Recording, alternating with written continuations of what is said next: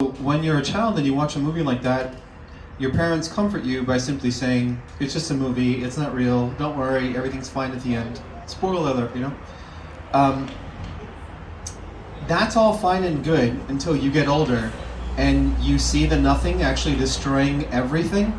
So yeah, if you haven't seen The Neverending Story, or if it's been more than a decade since you've seen it, watch it again. It inspired this piece, appropriately titled, Nothing. And fair warning, this is like one of the deepest things I've ever written. So, for the people who hadn't heard me before, yeah, alright. You ever come across someone who thinks they know everything? Maybe you went to school with them, you dated them, you worked with them, maybe you are one of them.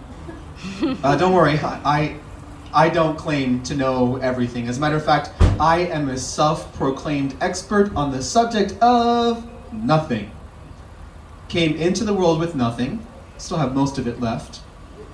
I see a complete stranger, I feel compelled to talk to them, but I stay silent and say nothing. I see someone being victimized and feel like I should do something, but I freeze and do nothing. Knowing the worst thing you can do in any situation is nothing.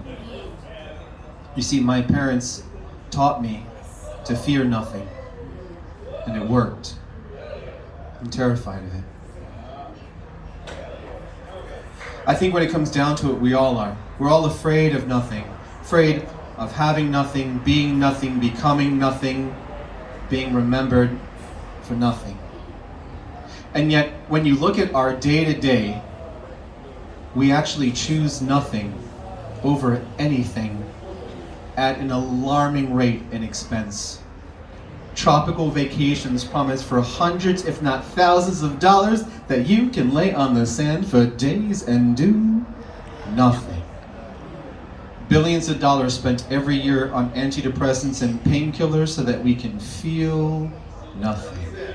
We take to social media. My heart goes out to, my thoughts and prayers are with, but what do we actually offer people in pain, people in need?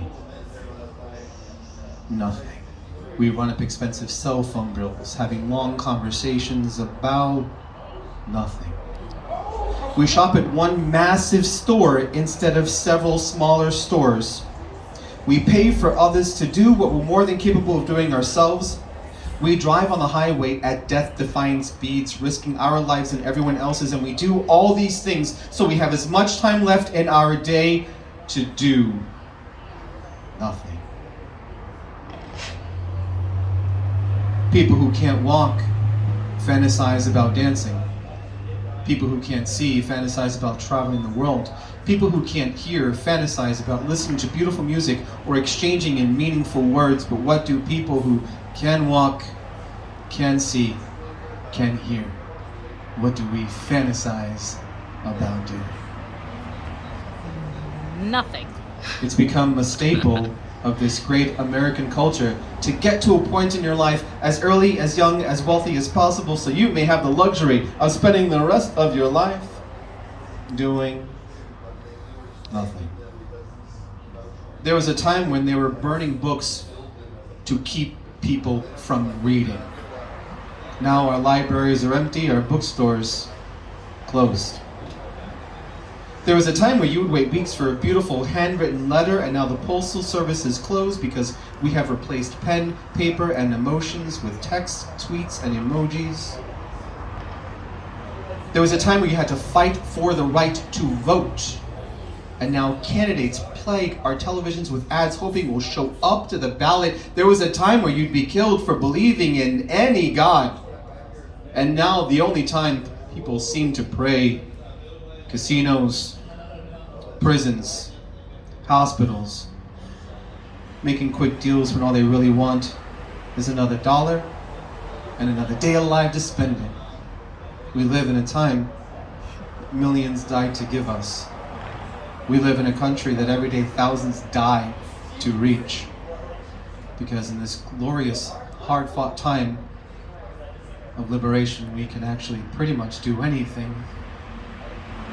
And if there was any conspiracy, it's give people the freedom to do anything, and they will oftentimes choose to do nothing.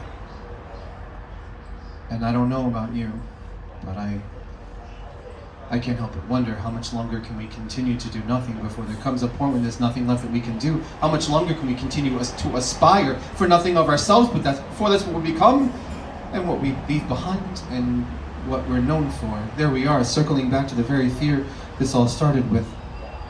But I don't come with just bad news.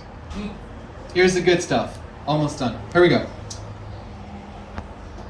Nothing can work beautifully if you just know how to use it. If you claim to be nothing, within that moment you're allowing the possibility to be anything. If you claim to know nothing, then the book that represents your life still has empty pages to be written by all the world's beautiful knowledge and wisdom. You see, the problem with people who think they know everything is that they can learn nothing. But now you have an opportunity to teach them all about the nothing. Because you've heard. And oftentimes it's hard to do nothing once you're aware of just how deep the nothing has gone. There are just 32 days in the year that the average person celebrates, anticipates, participates in. Just 32. Most of them come pre-printed on the calendar for your convenience. The others, anniversaries, weddings, birthdays, funerals. 32. That's the average. But what happens to 333 other days, 333 opportunities? Well, nothing. But I am not here presuming to know how you spent last week, and I make no assumptions how you spent last night, except for you two. I saw what you did. I honestly don't care. I don't care who you were. I don't care what you did. I'm here now with a very sincere, very concise, very simple message. Yesterday has nothing to do with tomorrow unless you want it to. You are not the accumulation of your yesterdays. You're the living potential of your tomorrows. You are everything you never said you couldn't be. You are everything you never said you couldn't be. So when I look out, I don't see a dozen or so people. I actually see thousands, right? Your friends, your family, your neighbors, your coworkers, your classmates, all the people we talked about in the beginning who thought they knew it all. And now you know just a little something that maybe they need to hear. But maybe they don't hear it, maybe they just see it.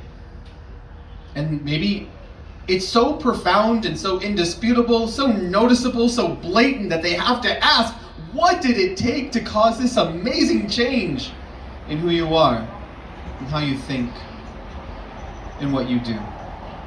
And when they ask, what did it take, you can honestly tell them, nothing. Thank you guys. Woo!